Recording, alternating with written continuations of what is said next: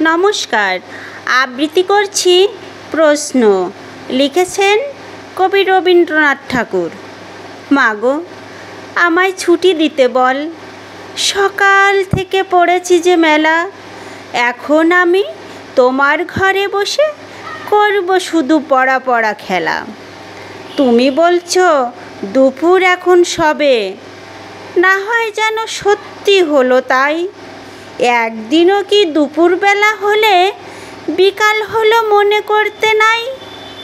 আমি তো বেশ ভাবতে পারি মনে, সূর্য ডুবে গেছে মাঠের শেষে। বাগদি বুড়ি চুবড়ি ভরে নিয়ে শাক তুলেছে পুকুর ধারে এসে। আদার হলো মাদার গাছের তলা, কালি হয়ে এলো দিঘির জল।